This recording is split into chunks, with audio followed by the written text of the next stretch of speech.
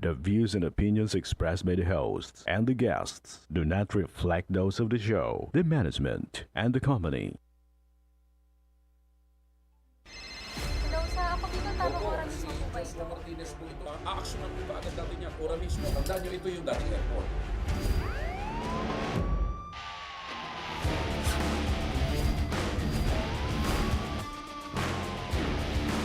Hoy. Ano naman kayong dalawa pinagchichismisan yung mga marites kayo, ha?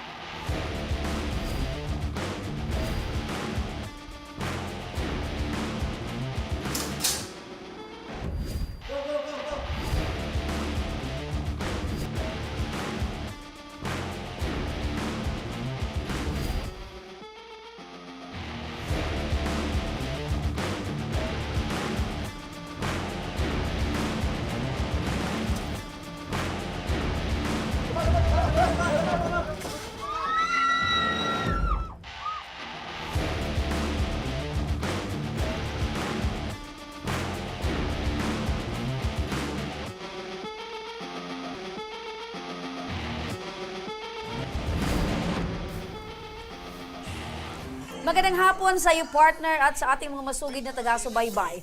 Live na live po tayo ngayong araw ng Miyerkules para sa patuloy na pagbibigay ng serbisyo publiko.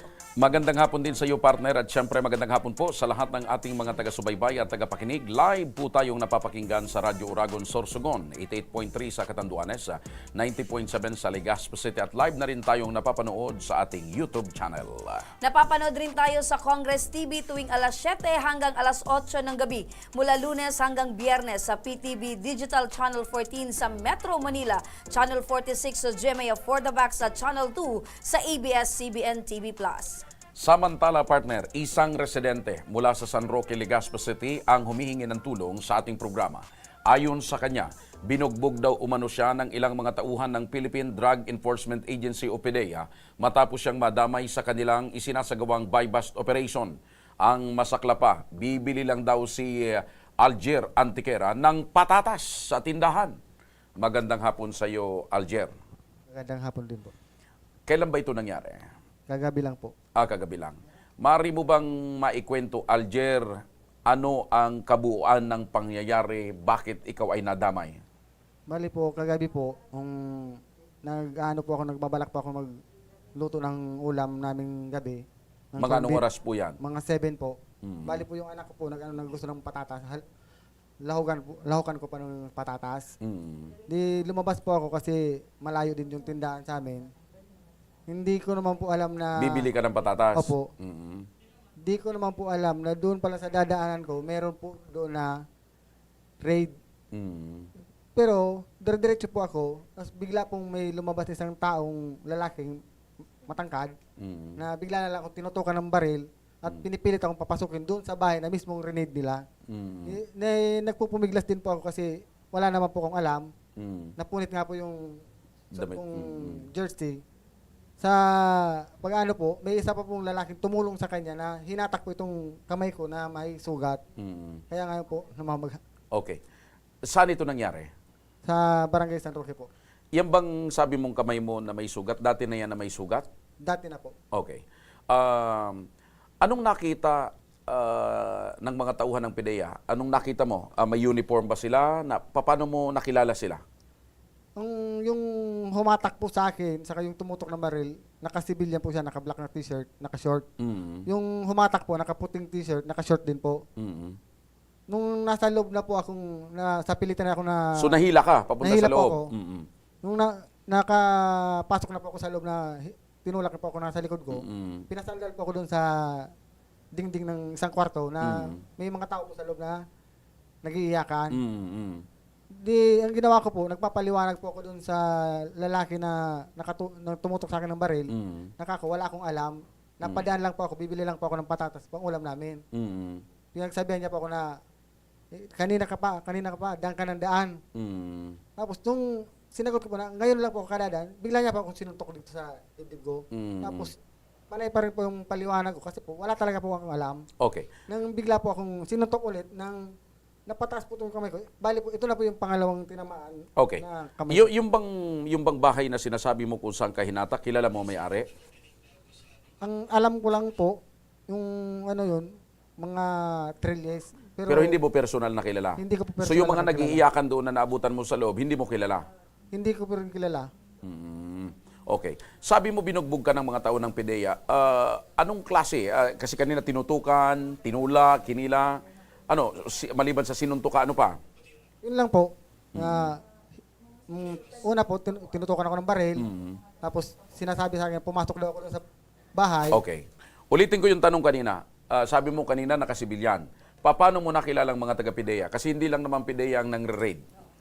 Nung nasa loob na po ako, tapos medyo may commotion na po sa labas, may pumasok na po mga taga-PIDEA, taka si Kap, yung barangay captain namin po. Yun nga po, tinawag ko yun si Kapitan.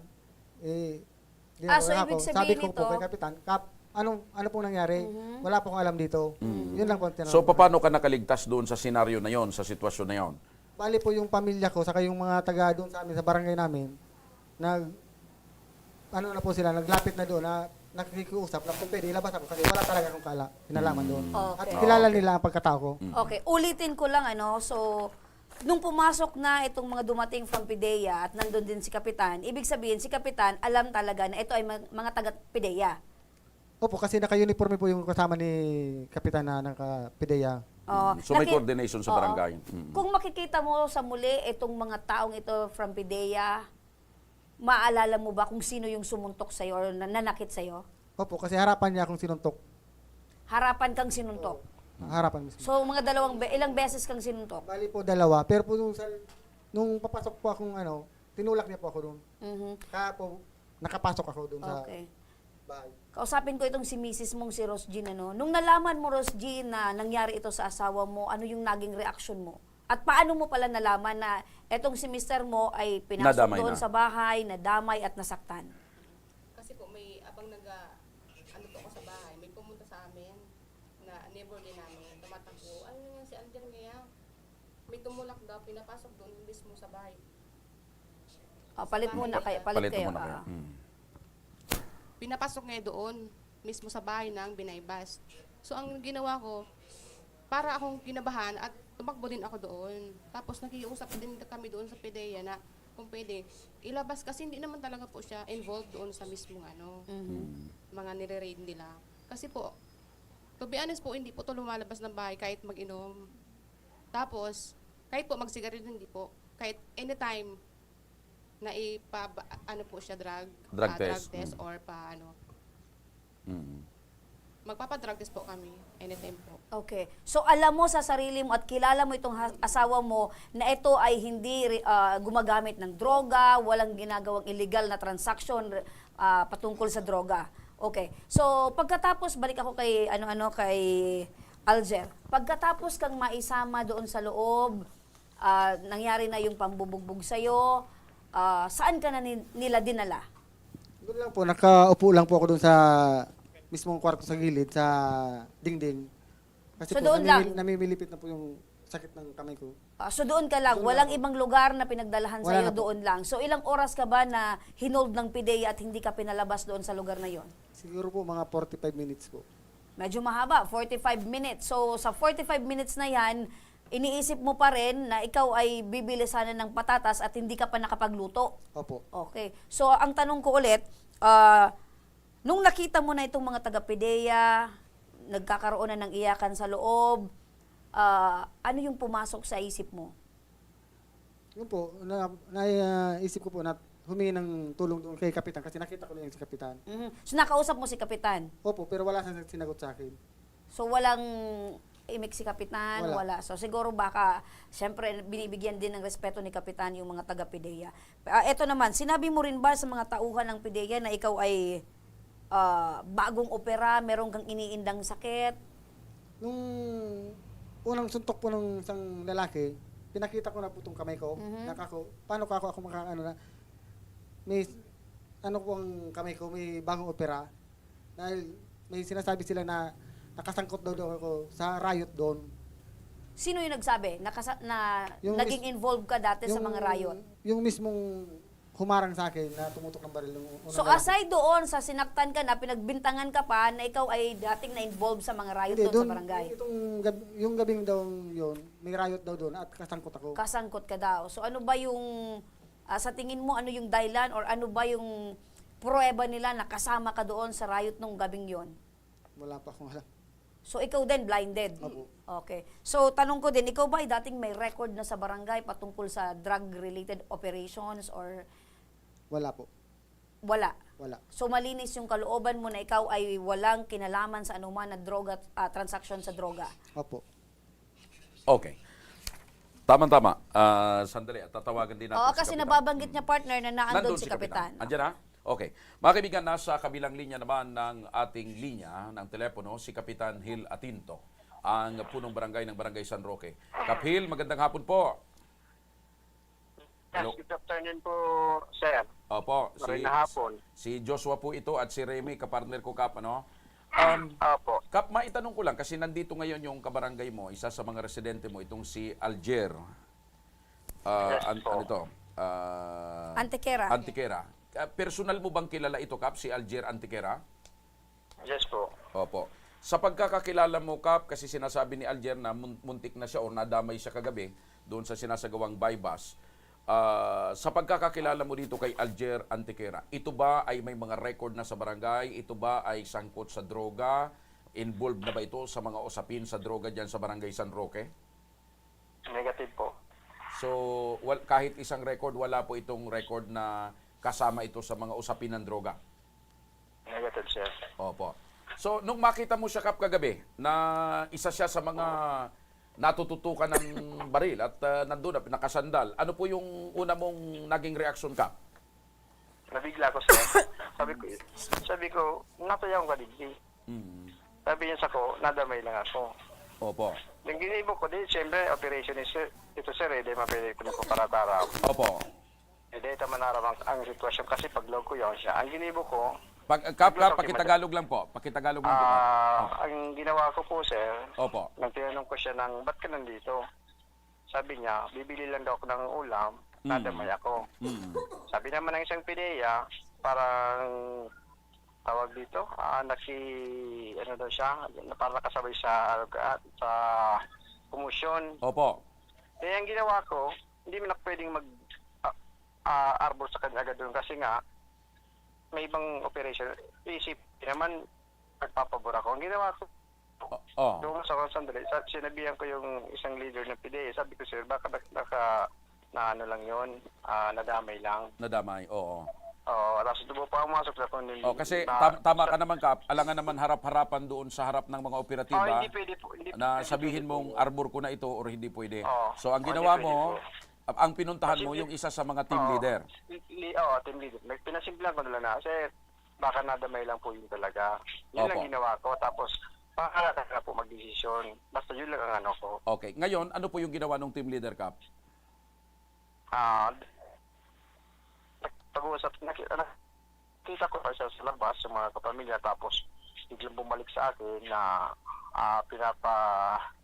witness sa akin na rini-release na nila si Alger. Ayun. Sabi ko, okay. Sabi ko, So, pagkatapos nung Okay.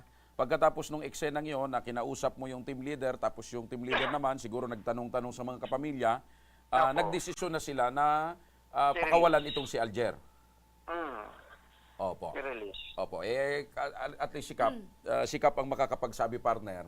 Kasi siyang nakakakilala ng mga tao sa barangay niya. Si Kap mismo nagsasabi ngayon na ni isang record itong si Alger ay walang involvement sa droga sa barangay San Roque. Okay. Mayroon lang, Kapitan, na gustong masiguro itong si Mrs. Kap, kasi ang kinatatakot nila is yung seguridad nila na baka daw ay anytime, baka Balikan. So, Kapitan, maaari po ba nating ma-secure yung seguridad po nitong mag-asawa or itong pamilya nila? Napadol, ma'am, medyo maanong signal natin. Okay. Paputol-putol. Okay.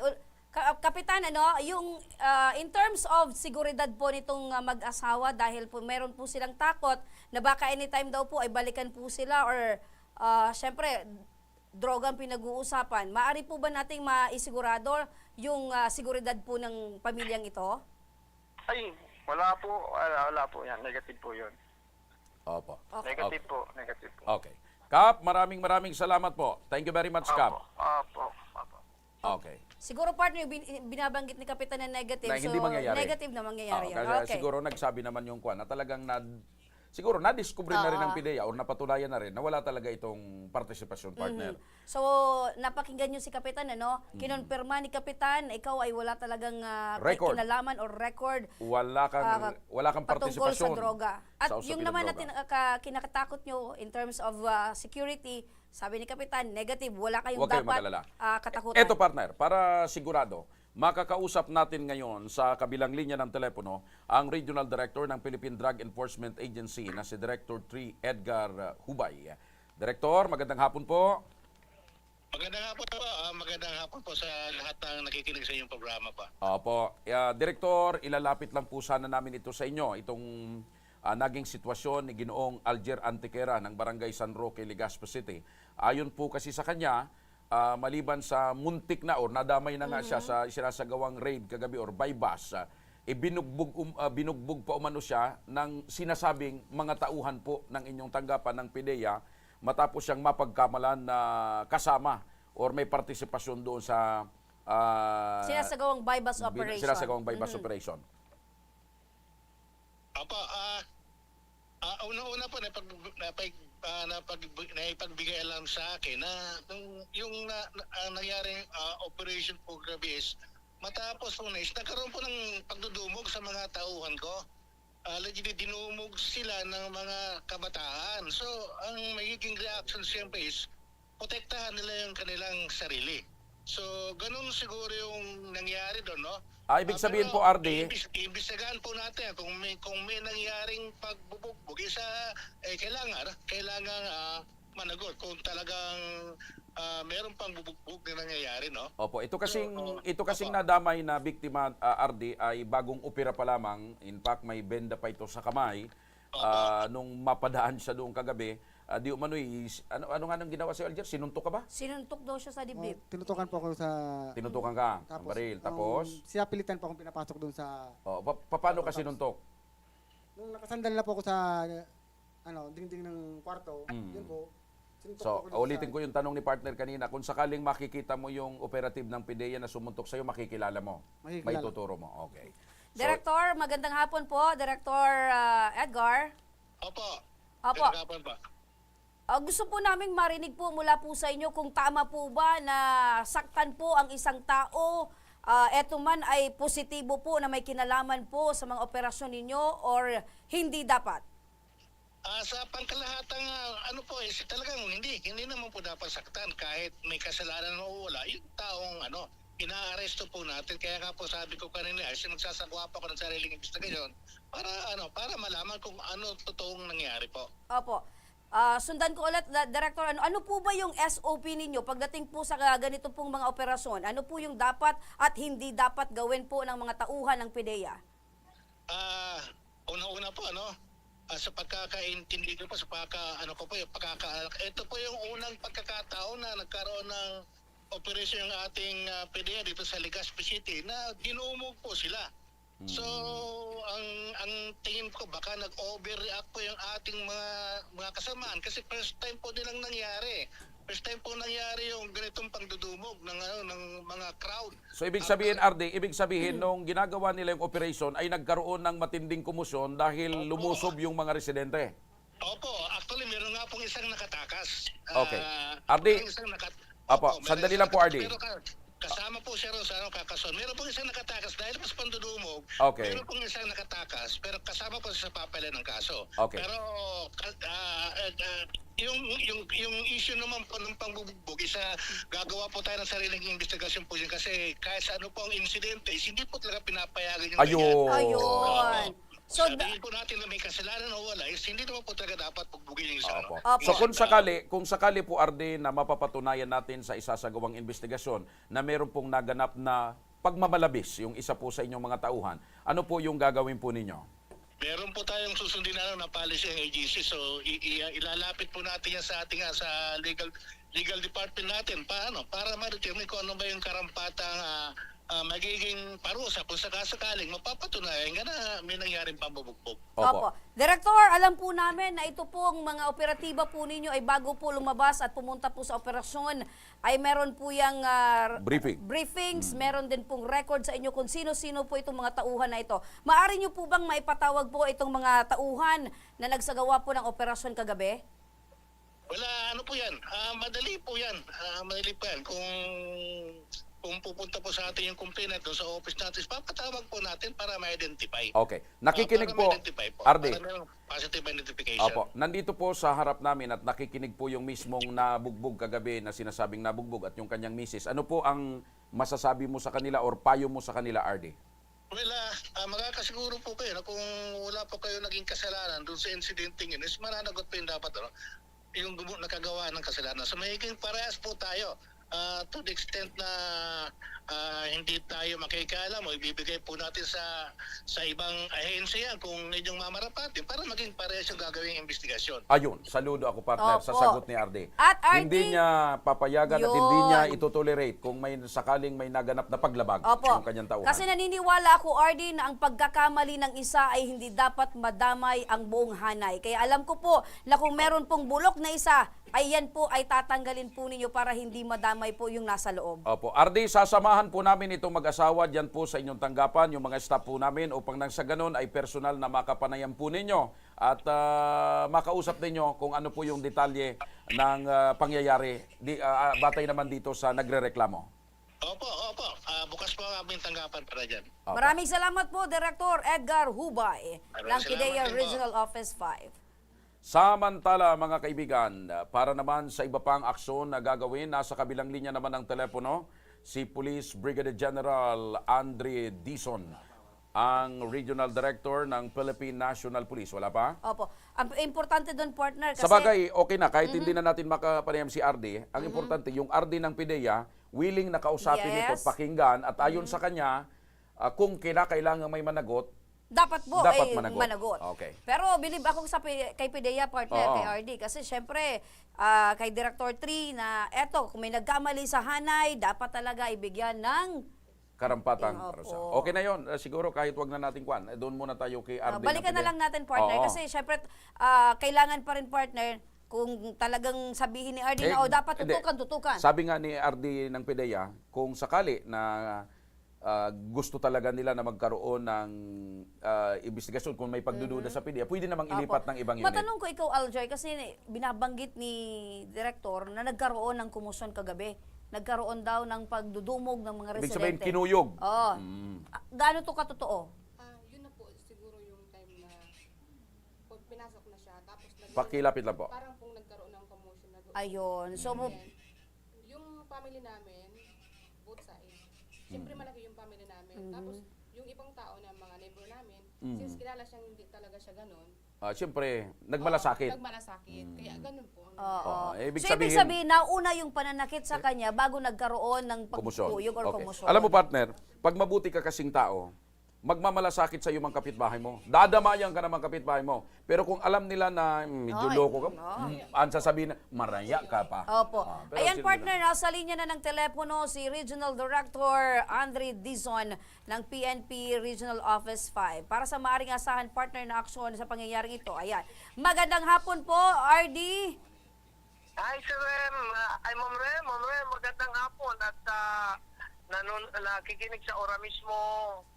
O, Paco Bicol po, ma'am. Opo, kasama ko po ang aking partner na si Joshua, Director. Matanong lang po namin kasi kanina nakausap na namin po si Director Hubay ng PIDEA. So, tama po ba nasakta ng isang otoridad ang kanila pong mga nahuhuli? Either yan po ay suspect or biktima? Ma'am, kung intentional po, hindi po pwede yun, ma'am. May tinatawag na human rights na procedure. So, kung intentional, hindi po. Kung self-defense na nasaktan, lang po. Sa proseso po, siguro yun ang scaffold nila, ma'am. Maganda nga po pala kay Sir Joshua, ma'am. At, Magandang hapon po, RD. nakikinig. Opo. Magandang hapon po, sir. Opo. So, ganito na lang po, RD, kung sakasakali na talagang, anyway, iniimbitahan naman ito mag-asawa doon sa tanggapan ng PIDEA, pero kung magdududa ito mag-asawa na hindi magiging patas yung tratamento sa kanila, sasamahan po ng aming team dyan din po sa inyong tanggapan para makahingi ng tamang advice kung anong dapat gawin po nitong mag-asawa, RD. Ano po? Ay, opo, Sir Diyos. Opo, pwede. Opo, ayun. Pwede po. Ayun. Yan ang importante dito sa mga opisyal Opo, natin, ito partner. pa partner. RD, if in case po mapatunayan na ito pong personal ng PIDEA ay meron pong pagkakamali sa isinagawa po nilang pananakit po dito kay Alger, maaari po ba itong matanggal sa serbisyo? Kasi kanina sinabi ni Direktor na pwede. Ngayon po, if in case kasi nagdududa, baka magduda ito na PIDEA, syempre partner. Baka PIDEA i-cover to. up, baka O, baka i-cover up. i-cover up. Maari po ba ito, RD, na matanggal po sa kanyang posisyon? Ma'am Rem, magdidepende po yan sa investigasyon kung investigahan. Opo. Pero kung magpapile sila ng case, depende po sa appreciation ng Fiscal fiscal yan. po, Sir Diyos. Opo. Opo. So, ibig sabihin po nito, RD, pwedeng pasok ito sa administrative case and civil case. Pwede. Depende. Criminal. Criminal case, tama. Criminal and administrative Ma'am case. Rem. Opo. Maraming salamat, RD. Opo, RD, Opo, ma'am. maraming salamat po sa laging bukas po ang inyong tanggapan upang magpaliwanag at tumulong sa ating mga kababayan. Mabuhay po kayo, RD. Thank you so much, sir. Mabuhay, Sir Diyos. Mabuhay, Ma'am Rem. Opo. Mabuhay po. Ayun. Opo, Ayun. good afternoon. So, si RD na mismo ang nagbigay sa atin ng asigurasyon na itong, kahit ito ay nasa PIDEA, siyempre partner, yung doubt ninyo, siyempre PIDEA to, Pero ang kagandahan naman nga, yung direktor ng PIDEA, willing. Willing. Okay, kung medyo niya duda sa amin, pwede namang i-transfer ng Opo. yung investigasyon. Okay, para naman sa kaalaman ng ating mga tagapakinig, makakausap natin sa linya ng telepono si Attorney Jesus Lapos, ang Chief of Staff ng Ako Bicol Party List.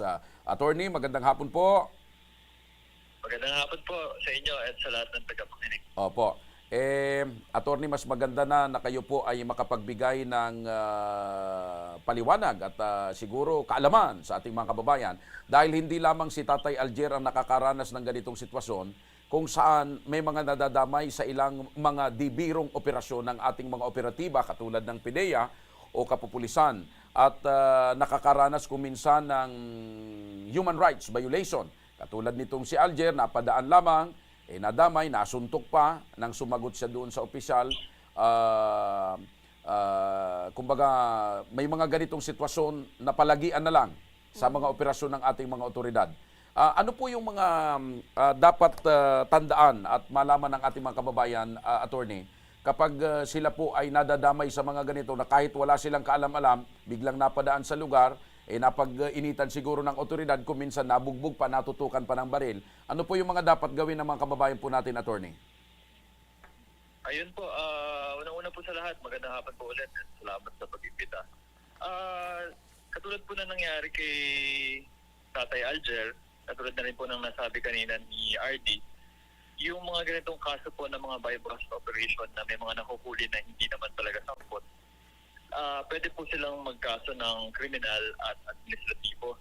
Unang-una po sa lahat, meron pong na-violate dito na unlawful arrest, right against unlawful arrest. Kasi po sa Article 3, Section 2 of 1997 Philippine Constitution, it protects individuals from unreasonable searches po. Kumbaga parang an unlawful arrest. Kumbaga yung biktima, kailangan lang maaari mo lang siyang ma-aresto kung meron kang warrant or hindi kaya naaktuhan siyang gumagawa ng krimen. Sa kaso po ni Tatay Alger, hindi naman siya in the act of committing a crime nung nakuha po siya ng mga PIDEA operatives. Although parang sa pagkakaalam ko po nasa vicinity siya nung operation nung nangyari po yun. So meron pong unlawful arrest, meron din pong right to due process kasi yung na-detain po siya and na-deprive po siya ng liberty without due process. And yung right against torture and other cruel, inhuman, and degrading treatment or punishment po. Ito ay under RA 9745 or the Anti-Torture Act of 2009, which prohibits acts of torture and other forms of ill treatment. So yung pagsuntok po kay Tatay Alger at yung pagtutok pa ng baril ay maaaring mapunta under the violation under anti-torture. Meron pa rin pong right to the security of person. Since siya po ay na violate po yung Article 3, Section 6 of the right niya under the Constitution of victim's liberty when he was restricted without any legal grounds. Pag Opo. sa administratibo naman po, maaari naman siyang mag-file ng Anti-Graft and Corrupt Practices Act under RA 3019, which prohibits public officers from performing acts that are unjust or oppressive. So, tulad po ng nasabi kanina, ito po yung administratibo, pwede po maging liable administratively yung mga opisyal ng PDEA na nagsasagawa po ng operasyon at nanguhuli at nambubugbog ng mga tao na hindi naman sakop ng kanilang operasyon. Opo. So, attorney, ibig sabihin, sa mga nababanggit nyo po, eto po na mga nababanggit nyong kaso, eto yung mga dapat or pwedeng maisampang kaso ni Alger laban po dito sa PDEA. Opo. Kasi yung batas po ay talagang limitado lang dapat dun sa operasyon nila. Hindi po Ayun. dapat nasasama or nadadamay yung mga ibang nating mamamayan and mga kasama sa komunidad nang hindi naman sila nasasakop ng operasyon. Opo. Paikliin ko lang po, attorney, sa nangyari po dito kay Alger at if napatunayan po na meron pong Paglabag. violation, paglabag, ito pong PDEA personnel, maari po ba itong matanggal po sa pwesto? Siyempre, kaakibat naman po na any administrative case or any criminal case po, whatever the case may be, may due process pa rin naman po yan. Siyempre po, dadaan din sila sa proseso, titignan nung ebidensya against dun sa mga PDEA officers. And kung mapatunayan po sila talagang nalumabag na mga nasabi natin mga batas at ng kanilang, siyempre meron din silang sarili nilang rules and procedures sa PDEA, pwede po sila matanggal. Pero hindi po automatic yan. Kailangan po nila siyempre dumaan din sa Proseso. due process. Opo. Attorney, maraming salamat po sa inyo Maidagdag po. lang tayo, Sige. partner, no? Attorney, dahil nailapit na din po ito sa Ako Bicol Party List, ano po bang asistansya ang maaring maibigay ng Ako Bicol Party List patungkol po dito? Siyempre, dahil po ay meron po siyang iniinda ngayong sakit, nadagdagan pa, nadoble pa dahil dito sa ginawa ng PDEA. Opo, napaka-unfortunate naman po talaga na nangyari kay Tatay Alger at napagbintangan lang at nabugbog pa, no? So, yung Ako Bicol Party List po is committed naman in providing medical assistance with Tatay Alger. Dapat na lang po na siguro makipag-ugnayan na lang siya sa Ako Bicol Opo. office and then mabibigyan po namin siya ng medical assistance. Ayun. Papagamot niya po. Opo. With that, attorney, maraming salamat po. Mabuhay po ang Ako Bicol Party List. Thank you so much po. Maraming salamat po. God bless. Opo. Yun, Tatay si Attorney Alger. Jess. So, sasamahan kayo ng aming team doon sa direktor ng PDEA kasi magaling naman kausap, handa naman kayong harapin at kausapin. At siya mismo nagsabi na kung medyo may pagmamalabis, dapat naman managot yung kanyang tauhan. At wag ko kayo mag-alala dahil tutulungan kayo ng Ako Bicol pagdating naman sa medical assistance dyan sa iyong dinaramdam ngayon. Anong masasabi mo, Alger? Maraming salamat po sa tulong ng Ako Bicol saka sa inyo po. Yun lang po. Opo. Okay. Kay Mrs., ano yung pakiramdam mo ngayon? Ano yung masasabi mo ngayon na napakinggan natin yung mga, yung PDEA, yung PNP, at si Attorney Jess ng Ako Bicol Party List? Medyo po magaan-gaan na sa pakiramdam kasi at least nasabi na po namin yung side namin, alam na namin yung mga gagawin namin.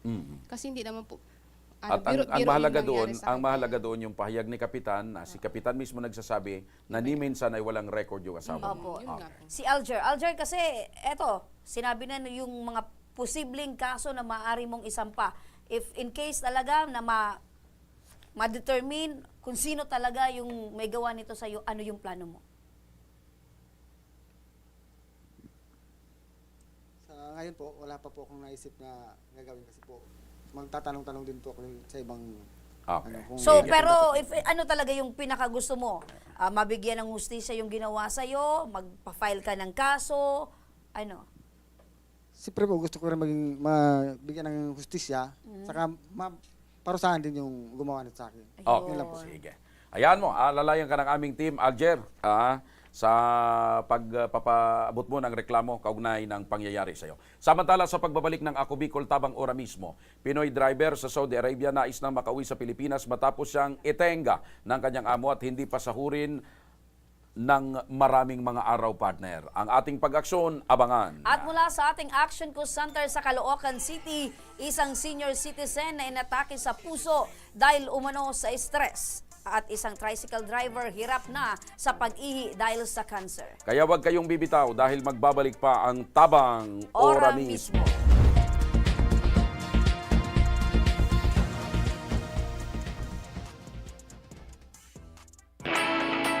Naghahanap ka ba ng trabaho?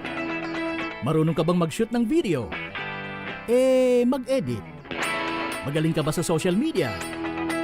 Willing ka bang matuto? Graduate ng journalism o may alam na sa media? Apply na dahil naghahanap kami ng videographers para sa Camarines Norte, Sorsogon, Camarines Sur, Catanduanes at Masbate. Ipadala ang inyong resume sa actioncallcenter@gmail.com at maging pinakabagong miyembro ng aming team. Tara na! Apply na!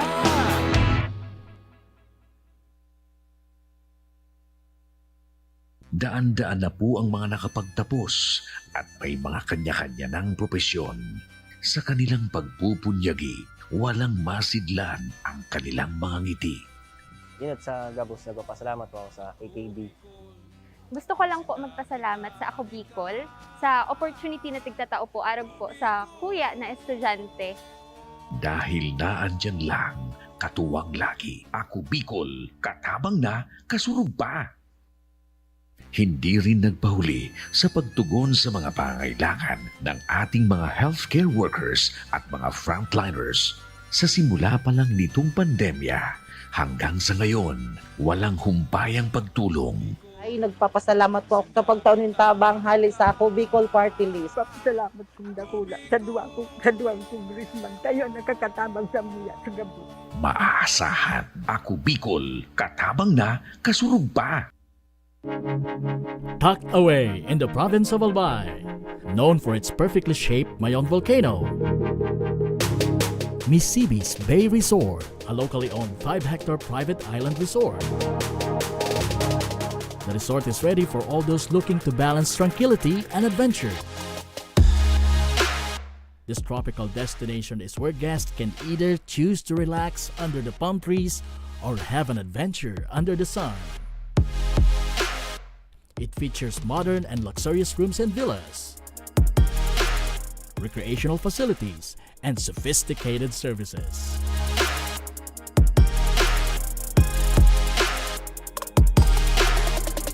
Come and experience Misibis Bay Resort, your tropical island getaway.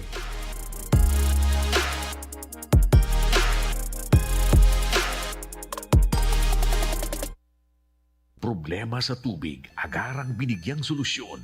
Nagpatayo ng mga solar-powered water supply system sa mga liblib na lugar. Libre, malinis at maaasahang supply ng tubig 24/7. Dakulaon ng pagpapasalamat niya mo. Dahil may ikamalilingan habang kami nabubuhay. Dakulaon nining tabang para sa Gabos na tao digdi. Salamat po. Para sa ating mga kababayang nasa laylayan, Ako Bicol, katabang na, kasurog pa. Libo-libo na ang mga nabigyan ng tulong medikal. Bata, matanda, kahit sino man, lahat ng mga may karamdaman, may maaasahan. Nagpapasalamat sa Ako Bicol Party List. Hindi po namin makakalimutan ang tulong na dinala ninyo dito sa aming bayan. Maraming salamat po. Dahil iisa lang ang tunay na nagmamalasakit. Ako Bicol, katabang na, kasurog pa. Nagbabalik mga ka-aksyon ng Ako Bicol Tabang Ora Ora mismo. Dumako naman tayo sa Action Call Center Satellite Office sa Caloocan City. Makakapanayam natin ngayon si Sir Rudy Vizcaya, ang coordinator ng Ako Bicol Party List. Magandang hapon, Sir Rudy. Magandang hapon po naman dyan sa inyo lahat. Okay, kasama ngayon ni Sir Rudy si Michelle Gipanaw Barrientos na humingi ng tulong para sa kanyang mother-in-law na si Stella Barrientos. May sakit ito sa puso ngayon. Magandang hapon, Michelle. Magandang hapon po. Opo, Michelle, magandang hapon. Kumusta po itong si nanay? Okay naman po siya ngayon. Kaya kailangan yun sa Okay, medyo malabo, partner. Matagal na ho ba itong sakit sa puso ng nanay nyo? Bali, nag-start na kasi yung heart attack siya. Opo, so... Nagula po. Opo, Pero baka po na, sabi ko kasi ng Diyos ko, baka po genetic po. opo. Parang ngayon lang po siya lumala nung tumatanda. Okay. So kayo po ngayon ay naandyan sa Action Co Center ng Ako Bicol Tabang Ora mismo at Ako Bicol Party List. Ano po ang gusto nyo pong idulog at ilapit sa tanggapan ng Ako Bicol na gusto po ninyo matugunan? Opo, hindi na po sana kami ng guarantee letter po. Para Opo. po sa operasyon ko ng mother. Ayun, guarantee letter para sa operasyon. Balikan natin si Karudi kagad. Karudi, napakinggan niyo po itong si nanay, humihingi ng tulong na matulungan natin sa kanyang hospital bill, itong kanyang mother-in-law. Karudi, mabibigyan po ba natin ng tulong itong si nanay para sa kanyang mother-in-law? Opo, tama-tama. Ito ngayong araw ng business ko natin dito sa Barangay 175 sa Caloocan, Camarin. At ito nga sa lumulungan sa ating tanggapan, ito nga isang kababayan natin. Ito pala, isang titula na rin.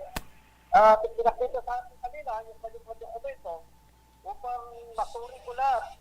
Kung itong dokumento ito ay pawang katotohanan, ito ay katotohanan talagang nagingi siya ng tulong sa Ako Bicol Party List. Kaya naman, dali-dali itong tumawag agad ako sa ating Congressman Saldico at Congressman Gil Bugalon upang matulungan itong babae natin. Madalang salita, bigay na agad ang ating Congressman ng 100K para sa gamutan ng kanyang nanay. Okay. Narinig mo yon, Michelle. Automatic, 100,000 pesos ang ipagkakaloob sa iyo ng Ako Bicol Party List para sa gamutan ng iyong biyanan. Maraming salamat po sa Ako Bicol, sa Congressman Saldico, sa Congressman Gil Bugalon, kay Sir Okay. Ayun, so tulong ka agad, Tulong, partner. ora mismo. Hangad po namin na makarecover ang iyong biyanan. Maraming salamat, Michelle, at maraming salamat, Karudi. Thank you so much. Okay. Ayun, partner. So, tulong ora mismo. Ora mismo. Dito na tayo, partner, kasi dumako naman tayo sa Tabang OFW. Makakausap natin via video call naman si Eileen Ruaya, ang kinakasama ni Nathaniel Genetiano, na ngayon ay nasa Saudi Arabia at nais nang makauwi dahil sa pagtanggal sa kanya ng kanyang amo sa trabaho bilang driver. Magandang hapon sa iyo, Eileen. Eileen, magandang hapon. Hello? Wala tayong marinig, partner. No, nandito. So, eto, partner, ay usapang OFW naman tayo. Okay. Sandali, at inaayos lang yung ating audio, no? Para maliwanag nating makausap yung kinakasama ni Nathaniel. O, ganito na lang ako, partner, muna. Partner, ganito muna ako. Kasi sabi doon, partner, sa comment, masyado na. Sige. Hello, magandang hapon. Ayan, narinig natin pero walang masyadong Hello, magandang hapon. Hello? Wala. Mamaya na. Sige, ayusin niyo muna. Me you're looking? Di ba sabi ko sa inyo, i-implementan nyo na kaagad yung magandang audio system. Okay, lipat tayo, partner, sa medical Karudi concern. uli. Okay, balikan natin sa an Action to Center Satellite Office. Doon ulit tayo, partner, sa Caloocan City. Muli makakapanayam natin ngayong hapon si Sir Rudy Vizcaya, ang coordinator ng Ako Bicol Party List. Karudi, magandang hapon. Magandang hapon po muli dyan sa inyong lahat. Ayun. Maliwanag. Ang kasama naman ngayon, partner ni Karudi, ay si Maria Revilla Etok. Asawa ito, partner ni... ayan. Ay, kumusta ang panahon dyan, Karudi? Medyo maayos na ngayon at mainit-init na. Mainit-init na. Okay. Kausapin natin yung katabi mo dyan ngayon. Magandang hapon. Magandang hapon po. Opo. Ano po ang nais po ninyong idulog at bakit na kayo po ay nagsadya dyan sa tanggapan ng Ako Bicol, Tabang Ora mismo at Action Co Center? humingi po ako ng GL po para po sa mister ko na ooperahan po. Una po ngayon, dahil po siya ngayon nasa kailangan po niya ng mga 65,000 po kasama gamot tapos yung mga laboratory po. Ano pong sakit ng mister po nyo, nanay? Prostate po. Prostate. Matagal na ho ba ito? Ano po, na-detect lang po namin last May. Pero ngayon po masyado na pong kumikirot sa kanya kaya po napapunta po kami sa 15 PTI po. Ilang taon na po si tatay? 64 po. 64. So senior citizen. Kayo, nanay, ilang taon na po? 66 po. 66. Yung mga anak nyo po, may mga asawa na ho ba? Ay, 3 lang po yung anak ko. Bali, may asawa po yung isa malayo sa amin. So, yung isa po namang anak ko, may epilepsy po. Kaya, bali po, yung asawa ko po nagtatricycle po. Ngayon po, may sakit na po. So ang hanap buhay po ng asawa nyo ay nagtatricycle. Kanya nga lang ngayon may sakit. So, sino na po? Wala na naghahanap buhay? Yung po anak ko pong isa na nagtatrabaho po sa pabrika, yun po ang nagbibigay sa amin ng pagkain po. Gaano po kahirap yung ganyang sitwasyon na may sakit na si tatay, medyo mayroon pa kayong inaasikasong may epilepsy po yung isang anak ninyo? Opo, mahirap po talaga, sir. Opo. Okay. So, kayo po ay dumulog dyan para sa operasyon na gagawin kay tatay. Ano po? Opo. Okay. Alamin natin kay Karudi. Karudi, ano pong maitutulong natin dito sa mister ni nanay na kailangang isailalim sa operasyon? Opo, ito nga, pangalawa namang ating nagtulong. Ito ating kababayan, taga-Masbate naman pala to. Taga-Masbate, okay. Oo, ginawa kagad ang ating Congressman Saltico, ang kanyang karahingan. Pinakalupang kagad niya ng 100,000 para sa gamutan ng kanyang asawa. Opo. So, yan po ay madadala niya ora mismo, Karudi? Bukas po ay pinapupunta ko siya sa ating tanggapan sa Congress upang matanggap na kagad yung 100,000 na pinakalog sa kanya nating Congressman Saltico. Opo. Nanay, narinig niyo po yung sabi ni Karudi, automatic bukas ay makukuha niyo na po yung tulong ng Ako Bicol. Opo. Maraming salamat po kay Congressman Saltico po at saka kay Congressman Gel Bungalon po. Opo. At nanay, hangad po namin na makarecover po ang inyong asawa at sabayan po natin ang panalangin. Maraming salamat po, nanay, sa pagtitiwala sa Ako Bicol Party List. Opo, maraming pong salamat sa inyo kay Congressman po Saldico at kay Congressman Gil po. Maraming pong salamat. Ganyan din po kay Sir Rudy po. Maraming pong salamat sa isa po. Maraming pong salamat sa inyo. God bless po. God bless. Okay. Karudi, maraming salamat sa walang kapaguran mong pag-alalay at pagtulong sa ating mga kababayan mabuhay ang Ako Bicol Party List. Thank you so much, Karudi. Maraming salamat din po sa mga ating mga tinutulungan. Alright, partner. Alright, mabuhay ka, Karudi. Balikan natin. Dito na tayo, partner. Isa pang... Subukan uli natin. Opo, isa pang reklamo or tulong na idinulog po sa atin, partner, para makahingi ng tulong sa ating programa. Yan, balikan natin, partner. Si Aileen. Aileen, magandang hapon.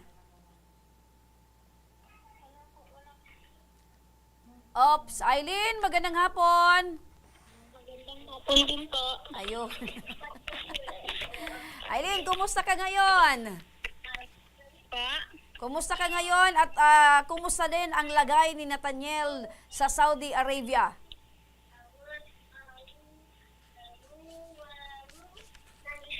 Okay.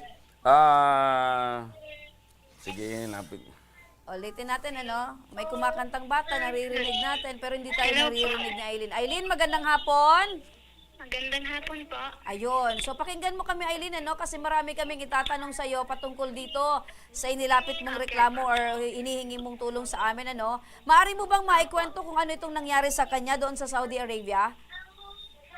Po? Okay, sige. Mag-usap muna kayo, para Oo. magkaintindihan tayo. Eh, Oo, sige, mag-usap muna partner, kayo, ha? naririnig ko yung bata, naririnig niya ako, pero...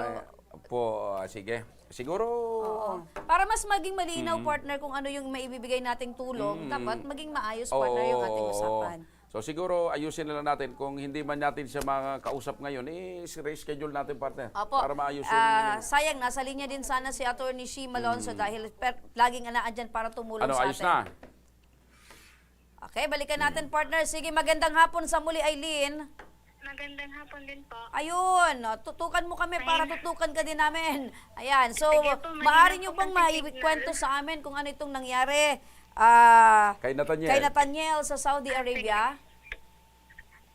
Pwede po. Kasi po, dun po sa amo niyang babae po sila di po sila nagkaintindihan po. Ano ba yung na alam mo sa problemang ito na hindi sila nagkaintindihan? Ano ba yung pinagbulan? Ano yung nangyari? Bakit hindi sila nagkaintindihan? Kasi po, pinapahiram po siya dun sa kapatid niya po. Pinagdadrive niya po yung mga pamangkin niya po ba? Yung mga pamangkin ng amo, alanganing pinagdadrive. oras po. Tama ba Kasi yung pamangkin So, ng ganito amo? siguro. Ako nakukuha ko na yung sitwasyon, partner. Pamangkin niya po. So, ibig sabihin, ang nasa kontrata ng asawa mo, magtatrabaho siya bilang driver doon sa amo niyang babae. Ang problema, pagdating doon, pinagdadrive itong mister mo sa mga pamangkin. Opo. Okay. Nagreklamo ngayon yung mister mo. Opo. Ayun. Kasi napagod si mister. Dapat kasi ang magtrabaho, nandun sa partner. kontrata, Yung amo lang. so, Okay. Matanong ko lang, kailan pa ba umalis ng Pilipinas para magtrabaho sa Saudi Arabia itong si Nathaniel? Noong April po, April 16 po. Bumalik, po siya, babalik niya lang po. kababalik. Okay. So pagkatapos na hindi sila magkaintindihan ng amo niyang babae, anong nangyari? Di na po siya pinagtrabaho. Bale, July 15 po, hindi na po siya nagtrabaho dun sa kanila. Ibig Kasi sabihin, wala nang magandang pagkakaunawaan, sinabihan na nung amo, huwag ka na lang magtrabaho. Hindi kaya Eileen naging reklamador itong si Nathaniel kung bakit nagdesisyon na lang yung amo na huwag ka na magtrabaho. Hindi naman po. Kusa na lang po siyang pinahinto. Okay. So Kasi ngayon, po nasaan yung mister sasakyan mo? Niya, kinuha po nung office nila. Kaya wala na po siyang ginagawa. So ngayon, nasaan po yung mister po ninyo? Nasa Polo Embassy po. Ano ngayon ang gustong mangyari, Eileen, ng mister mo? Gusto niya na po sana umuwi. Ito bang problema niya na i-report nyo na sa kanyang agency? Actually po, wala po siyang agency ngayon kasi balik manggagawa po siya. Parang sila na lang po nung employer Direct niya. hire. Balik manggagawa. Okay. Opo. Sige. So ngayon, walang pamasahe yung asawa mo pa uwi. Ayaw din naman sagutin ng amo. Siyempre, dahil pinaalis na nga siya. Opo. Makinig ka, Eileen, para mabigyan ng kasiguraduhan. Ilalapit na rin natin ito sa tanggapan ng Overseas Workers Welfare Administration. Nasa kabilang linya na ng telepono si Attorney Sherilyn Malonzo, ang Director for Operations Center. Magandang hapon po, Attorney Shi. Magandang hapon po. Apo, Attorney Shi, kwento po nitong si Eileen, asawa po ni Nathaniel, na hindi na daw po pinagpatrabaho itong si Nathaniel ng kanyang amo at ibinalik na doon sa